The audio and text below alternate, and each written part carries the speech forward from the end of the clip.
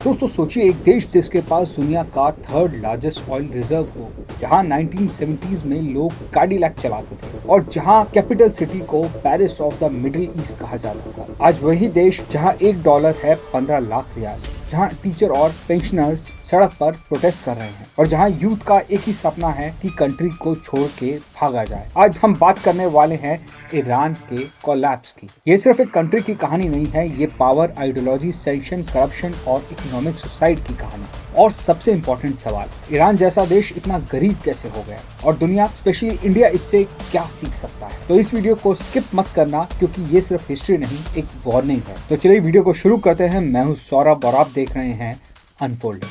दोस्तों सबसे पहले चैप्टर 1 में हम बात करेंगे ईरान बिफोर 1979, जिसे आप कह सकते हैं कि ये एक गोल्डन एज का टाइम था। 1970s का ईरान एक बिल्कुल ही डिफरेंट यूनिवर्स था। ऑयल बूम की वजह से ईरान मिडिल ईस्ट का रिचेस्ट कंट्री बन चुका था। तेहरान में लग्जरी होटल्स, फैशन शोज और वेस्टर्न कंपनीज आपको देखने को मिलती थी। वुमेन वेस्टर्न क्लोथ्स पहना करती थी। Universities world class, middle class वो बहुत तेजी से ग्रो कर रही थी। ईरान के शाह थे मोहम्मद रेजा पहलवी, अमेरिका के सबसे क्लोज अलाइज में से एक थे। फैक्ट चेक की बात करें तो ईरान ने 1970s में यूके और फ्रांस को लोन भी दिए थे। ईरानियन एयरलाइंस ने कॉनकोर्ड जेट्स ऑर्डर किए थे। जीडीपी पर कैपिटा बहुत सी यूरोपियन कंट्रीज से भी ज्यादा था, पर यहाँ एक प्रॉब्लम भी थी, पॉलिटिकल फ्रीडम बिल्कुल भी नहीं थी।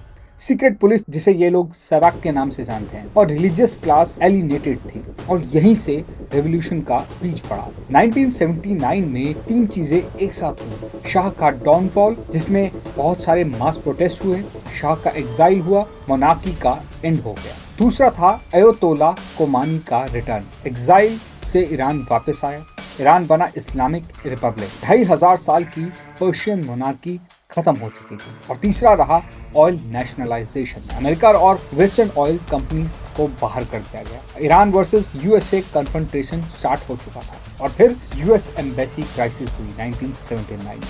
तेहरान में यूएस एम्बेसी में स्ट्रॉमा देखा गया। 52 अमेरिकन लोगों को होस्टेज बनाया गया फॉर 444 डेज और अमेरिका परमानेंटली ईरान का दुश्मन बन गया। जिसका रिजल्ट हुआ ईरानियन एसेट्स को फ्रीज कर दिया गया। ग्लोबल बैंकिंग से ईरान को कट कर दिया गया। सैंक्शंस के एंडलेस साइकिल्स शुरू हो गई और असली डैमेज यहीं से स्टार्ट हुआ। अब बात करते हैं दोस्तों बुनियाद की, जो कि एक आप हिडन एम्पायर भी बोल सकते हो। रिवॉल्यूशन के बाद रिजाइन ने कहा कि we will take the wealth from elites and give it to the people, यानी कि उन्होंने कह दिया कि हम जो अमीर लोगों से वेल्थ है वो ले लेंगे और कॉमन लोगों को दे देंगे। और रियलिटी क्या थी? वेल्थ गया बुनियाद के पास। अब आप सोच रहे होंगे बुनियाद क्या है? ये एक चैरिटेबल फाउंडेशन ऑन पेपर आप बोल सकते हैं। सुप्रीम लीडर्स का डायरेक्ट कंट्रोल में थे ये लोग और इन लोगों को कोई टैक्स नहीं, कोई ऑडिट नहीं, ना ही कोई कोर्ट ओवरसाइट्स थी। तो इन्होंने क्या सीज किया? इन्होंने होटल सीज किए, फैक्ट्री सीज करी,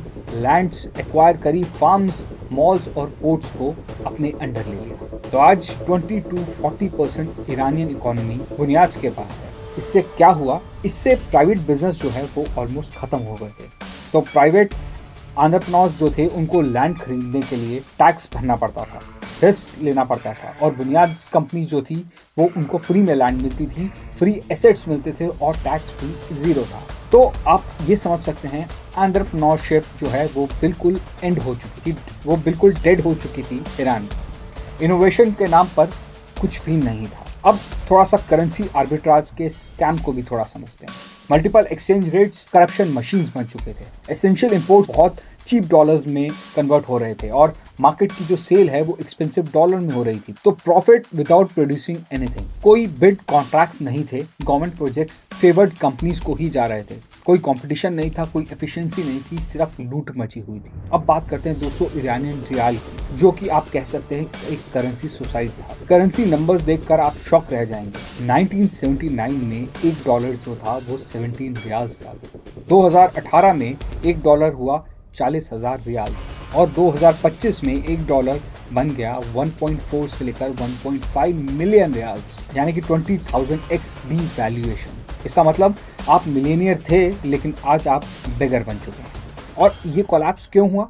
गवर्नमेंट टैक्स जो है वो कलेक्ट नहीं कर पाई, एक्सपेंसेस कांस्टेंट रहे, मनी प्रिंटिंग जो है वो स्टार्ट हो चुकी थी, इन्फ्लेशन एक्सप्लोड हो रहा था और ये एक विशियस सर्कल बन चुका था। अब बात करते हैं ऑयल की। क्योंकि ईरान के पास ऑयल था लेकिन पैसा नहीं था। ऑयल होने के बावजूद ईरान इतना गरीब क्यों था? आंसर सिंपल है, sanctions plus dollar system. Iran dollar use नहीं कर सकता था, बैंकिंग सिस्टम ब्लॉक हो चुके थे।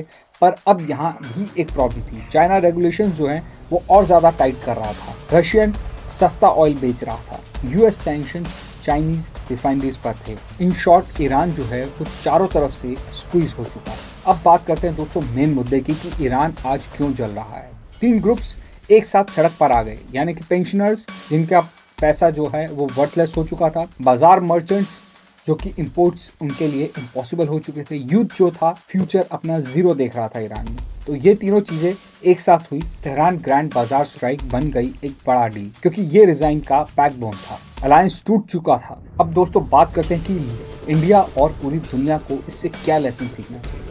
3 मेजर लेसन हैं। पहला लेसन है सैंक्शंस आर न्यूक्लियर वेपन, यानी कि economic war is clearly equals to real war. Lesson 2 is kill business, economy will kill you, यानी कि प्राइवेट सेक्टर को ऑक्सीजन मिलना बहुत ज़रूरी है, नहीं तो वो आपकी इकोनॉमी को ख़त्म कर देगी। तीसरा लेसन था chronic capitalism is a slow poison, यानी कि short term growth long term growth को कोलैप्स कर देती है। कंक्लूजन की बात करी जाए तो ईरान का कोलैप्स ओवरनाइट नहीं था, ये 40 साल से सेल्फ डिस्ट्रक्शन के मोड में था, क्योंकि यहाँ पर आइडियोलॉजी जो थी वो इकोनॉमिक्स से ज़्यादा मानी जाती थी, पावर को इंस्टीट्यूशन से ज़्यादा बड़ा माना जाता था और कंट्रोल जो है वो भी ज़्यादा था इनोवेशन से। और जब ये फॉर्मूला फॉलो होता है तो रिजल्ट हमेशा सेम ही होता है। अगर आपको ये डीप पॉलिटिकल ब्रेकडाउन पसंद आया तो वीडियो को लाइक करें, चैनल को सब्सक्राइब कीजिए और कमेंट में लिखिए which country should be analyse next. आप कौन सी कंट्री का डीप एनालिसिस देखना चाहते हैं। मिलते हैं आपसे नेक्स्ट वीडियो में। Till then stay inform